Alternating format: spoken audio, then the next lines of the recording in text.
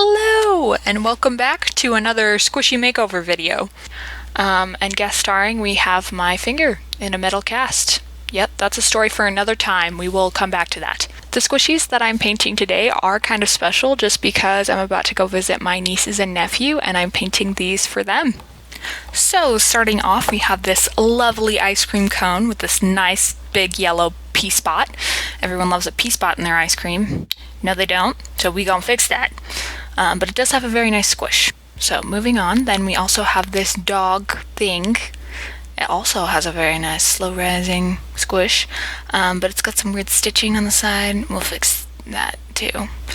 And then we have this soccer ball. It's a little keychain. And those are our three contestants. The first one we're going to start with is the soccer ball. Okay, first things first, I don't need this chain getting in my way, so I'm just going to take that off. The metal was super pliable, so I just bent it, took it off, and set it aside for later. Then I'm going to take some sandpaper, and I'm just going to use that on the surface of this squishy to make it a little bit more rough so that the paint has something to stick to. I made sure to do this step with all of the squishies. I then went in with some sharp scissors and just trimmed at the edges of it. Then, in order to make sure that all of that black was gone and to really fill in those little soccer grooves, I went in with some white matte fabric paint to kind of put a base coat on that. And yes, if you look closely at the bottle of my matte fabric paint, I did cut off the top of it because it was stuck in the little nozzle, and I wasn't dealing with that, so I just chopped that sucker off.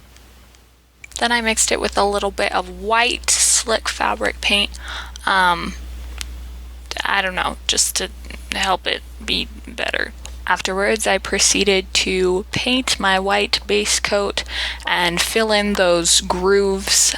And let me tell you, it took many layers. So this is after just a few of them, and then I got distracted because my dad wanted me to show you this. So this is a game that my dad actually handmade. It's called Do You Have Two, Maggie Moo? And he made it for one of my nieces who is blind. So it's a really cool game. If you want to know more about it, just let me know and I'll get on that. Getting back to the squishy, this is after I finished the base coat. And what I'm trying to make here is a pokeball. So I took a rubber band and put it around the middle so I could make a straight line down the middle. To paint the top half, I just put this red on straight from the bottle.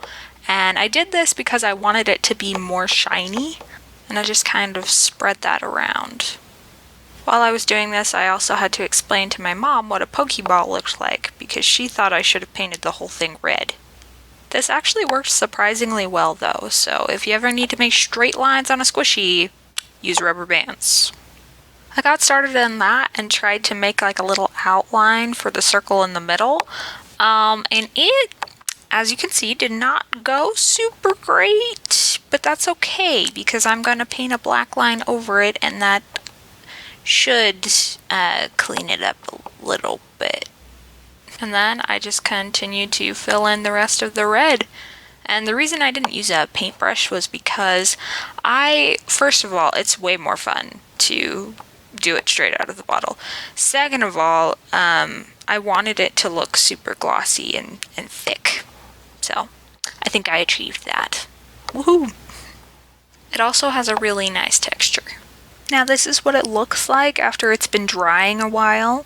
So I finished the red, and now all I have to do is go in with some black and paint the outline of the button, I guess, in the middle of a pokeball, and also the line separating the white and the red.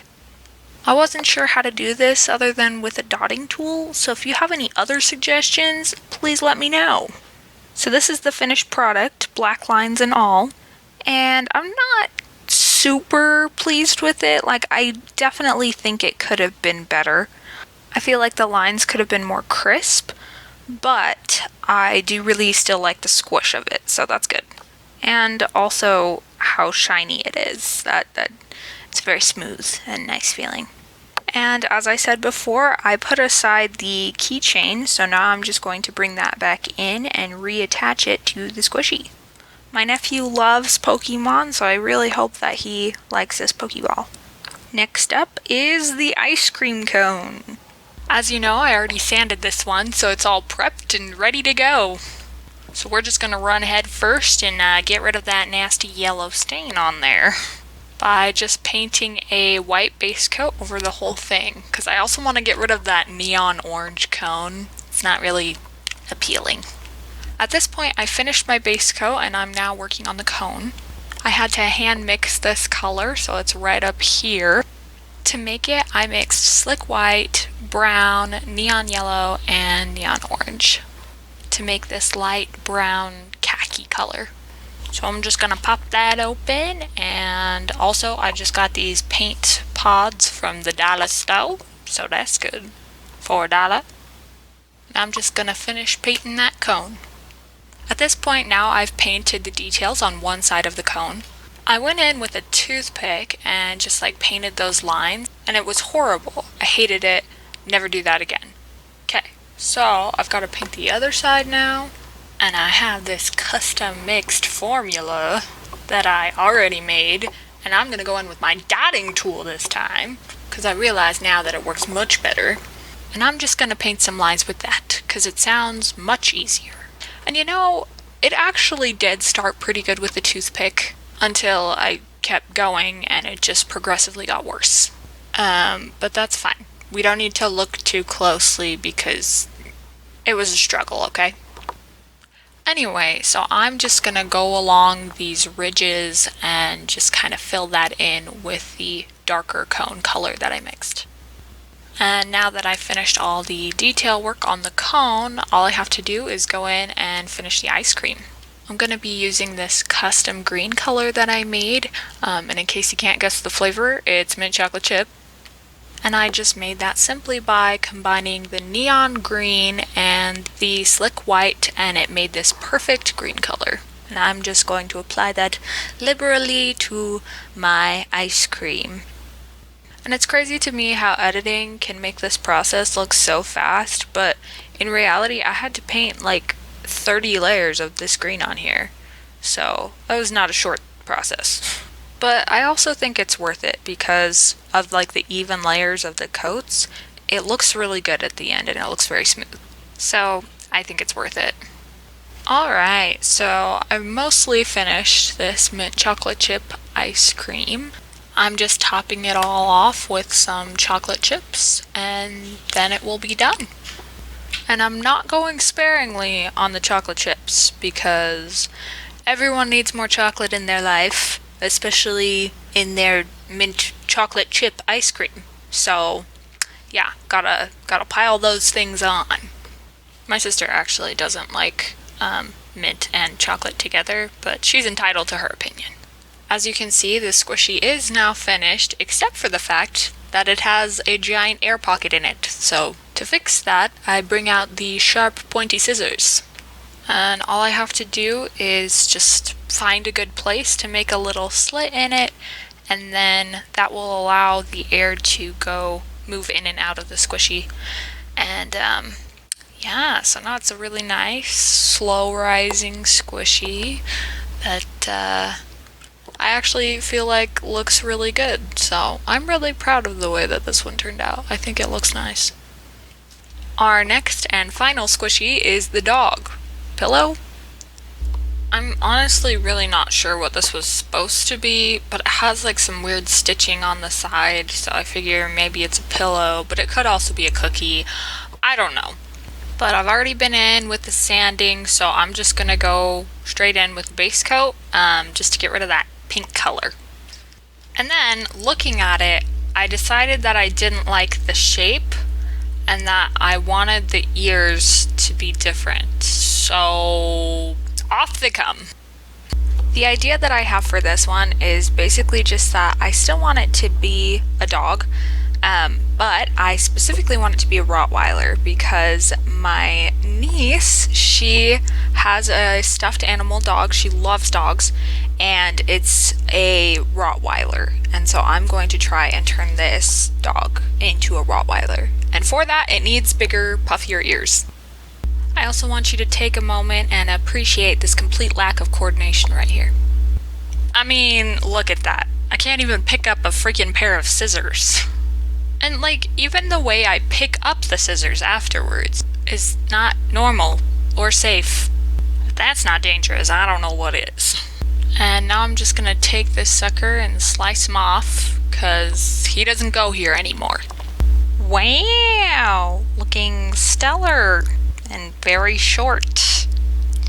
I'm trying to make the ears like kind of perky, like how dogs are sometimes. I'm just gonna stick the bottom part on the top and then curve it out to make it look more like an ear.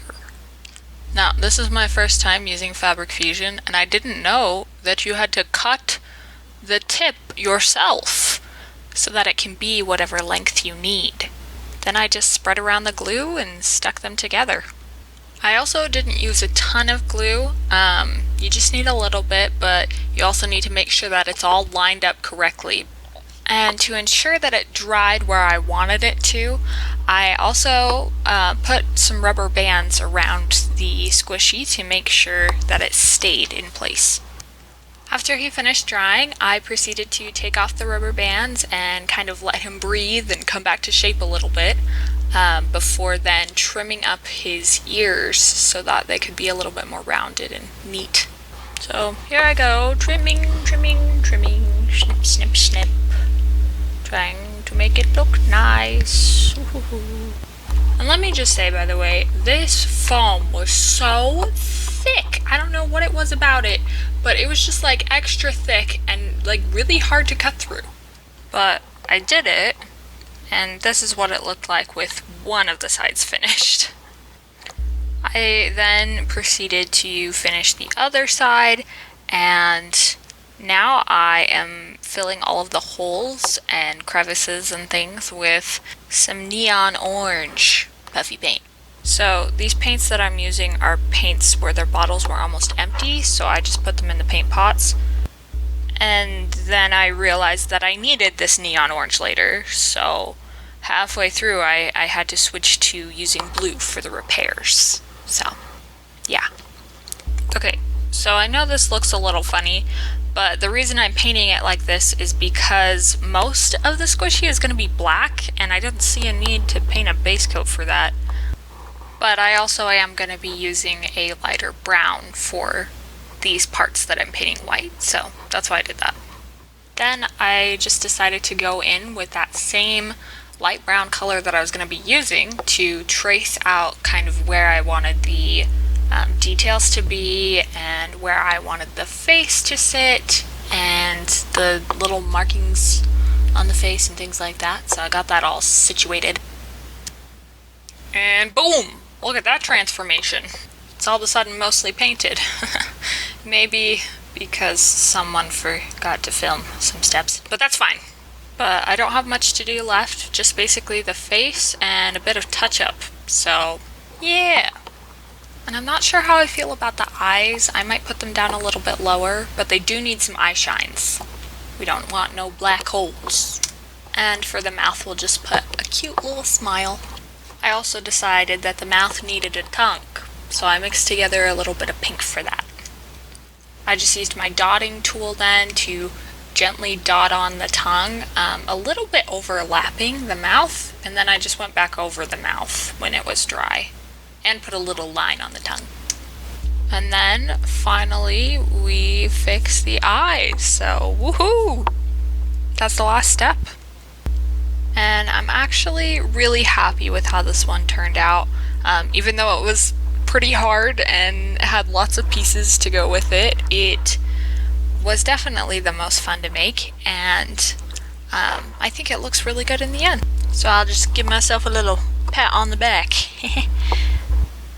Well, that is all I have for you today, and I really hope that you enjoyed this video. If you did, please give it a thumbs up and subscribe if you haven't already. Thanks. Goodbye. The end. Cheerio.